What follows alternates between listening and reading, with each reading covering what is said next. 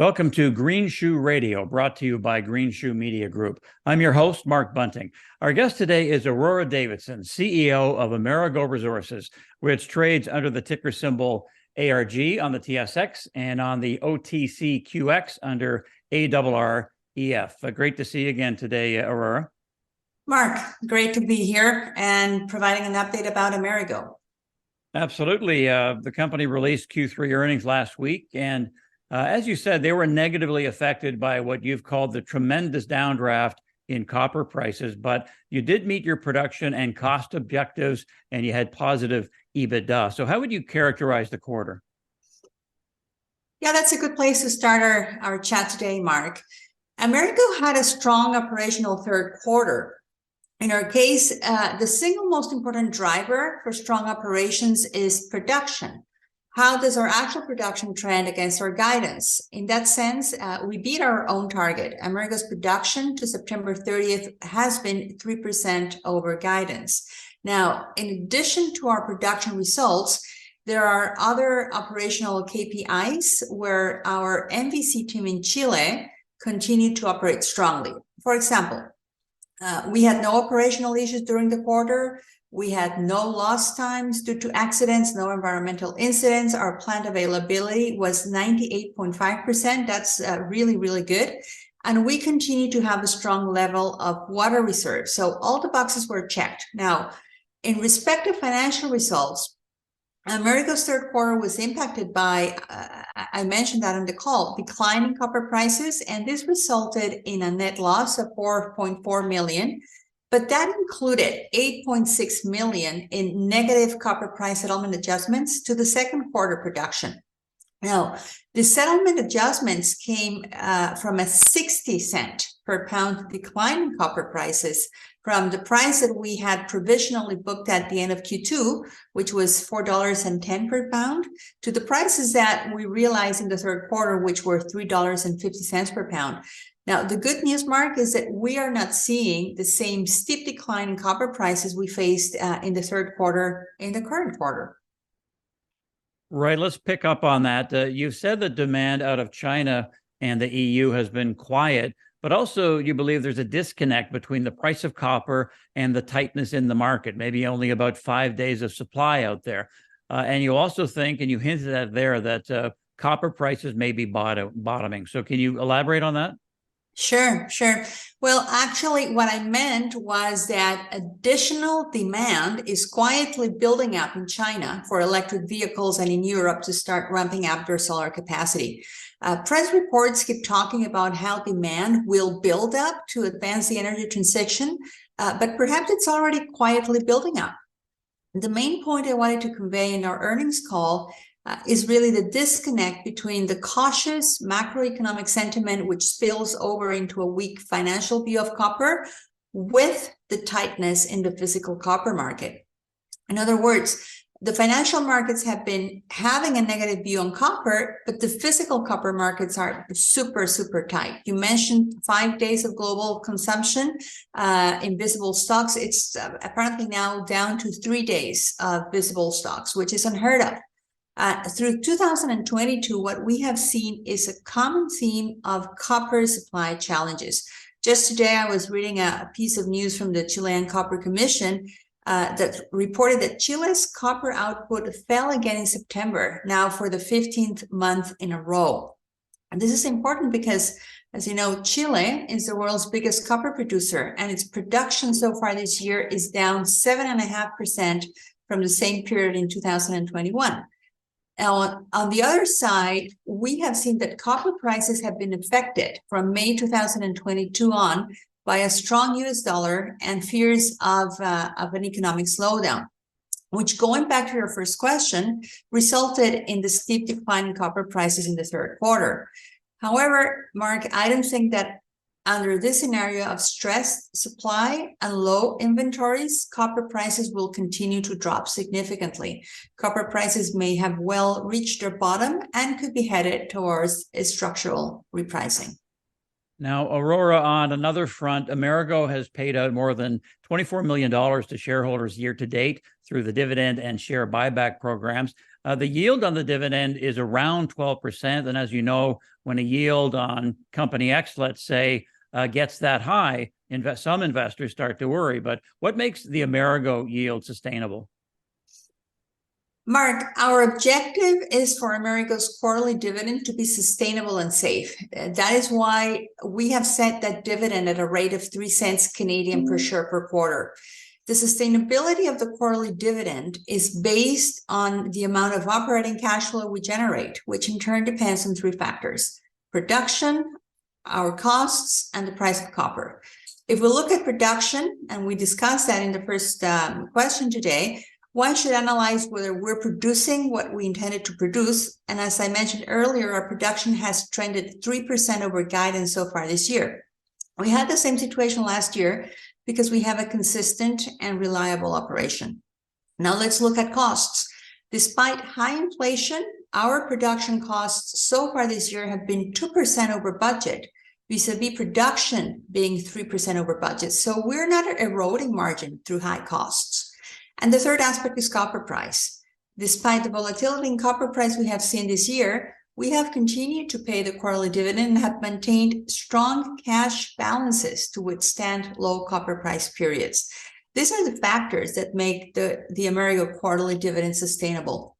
Now, when we get to periods of higher copper prices, Amerigo has 2 other tools in its return of capital policy, which are share buybacks and performance dividends. We have not yet used the performance dividends, but they are designed to provide us with that additional flexible layer to return capital to our shareholders when conditions permit, without creating a high enough quarterly dividend that would not be sustainable under different copper price conditions. Now, on the news front, you've struck a new 3-year labor agreement with MVC, which employs about nearly 200 people. And that gives you cost certainty. The agreement includes a nearly $3 million signing bonus. So could you just give us a brief overview of the details there? Sure. Well, in Chile, where our MVC operation is located, collective labor agreements are always accompanied by the payment of signing bonuses to the workers that are covered under the agreement. The signing bonuses are not token payments. They can be significant, and they are a known cost of doing business in Chile. Labor agreements have a maximum term of 3 years, so everybody tries to get an agreement for 3 years. At the end of last month, we entered into a new 3-year labor agreement with MVC's Union of Workers, which is the most significant union we have at the operation and has a total of 198 members. The cost of the bonus was $2.9 million. We paid 50% of that already last month, and 50% will be paid in the second week of November. Now, the full cost of the signing bonus has to be expensed in the fourth quarter. That is a requirement of the accounting rules. We cannot expense it over the 36 months of the agreement. The good news is that the agreement really provides us with the ability of modeling out our labor costs for the next 3 years, and also provides our workers with a good contract under which they can continue to be motivated to contribute to the company's production, safety, environmental, and cost objectives, Mark. Now, on the branding front, I think it's interesting, Aurora, that you're looking to emphasize to investors through a new investor presentation and a new video that Amerigo is not a mining company.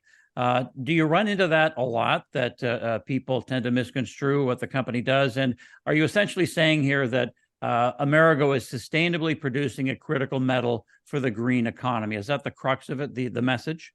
It is. Really, our goal is to explain to the investment community what Amerigo is and what Amerigo is not.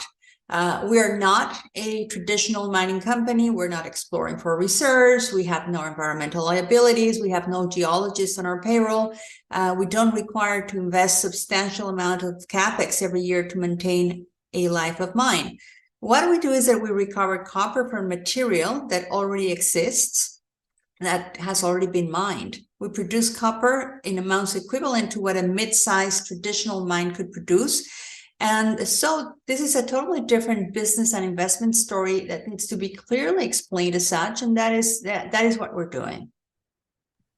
Aurora, as you know, Chileans recently rejected a new constitution that contained some proposals that were deemed to be unfriendly to the mining sector. Now, do you believe that the new constitution, whenever it comes, will contain some actual tax incentives for a mining sector or tax relief of some sort? That's an interesting question. I don't know if there will be a brand new constitution or whether the current constitution will simply be modified to address some of the social concerns that emerged 3 years ago in Chile, and which originated the move towards changing the constitution in the first place. Now, in an ideal scenario, any changes to the constitution should continue to address the significant importance that mining has in Chile and to provide legal, permitting, tax and labor frameworks that ensure that mining is competitive and continues to benefit Chile. I don't think that the mining industry is asking for additional incentives or relief. It is simply looking for certainty to continue to contribute to the growth of Chile. And lastly, Aurora, you referred earlier in our conversation to how people are perceiving the global economy. A global recession appears to be looming, according to some. Maybe we're in it already. But longer term, looking out, let's say to 2030, if not beyond that, what factors give you confidence that Amerigo Resources and copper itself will see strong demand? Yeah, that's a great question. The argument we have for copper, Mark, is based on the fundamentals of growing demand and shrinking supply. You really have those two opposing forces in front of us. Copper demand grows annually at a rate of 1 to 2%, but additional demand associated with the energy transition is expected to be quite material. Some people talk about 4 to 5% additional demand per year. On the other hand, supply, as I explained earlier, has been stressed out. Mines are facing lower grades, and it will probably continue to be stressed out given the complexity of permitting, building, and operating copper mines. So if you put these two factors together, really two opposing forces, you could expect a substantial and chronic gap between copper supply and copper demand that will support copper prices. Now, we're not talking about small gaps here. The gaps could be very substantial.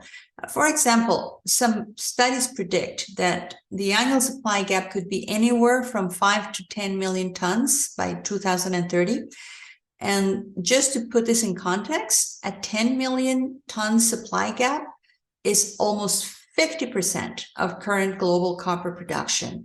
So filling a gap where you're expected to essentially produce 50% more of what is currently being produced would be a monumental effort, and higher copper prices would be needed to restrain demand and to incentivize new production. That's why we are very positive on the long-term outlook, the midterm outlook actually as well, of copper.